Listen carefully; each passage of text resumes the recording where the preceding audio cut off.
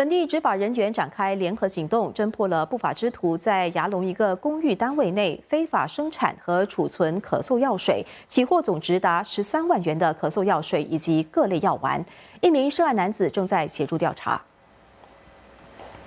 卫生科学局和警方发表联合文告表示，当局在上个星期一展开了为期2天的执法行动，在牙龙的公寓单位内起获了约165公升的咳嗽药水以及57000颗各种药品。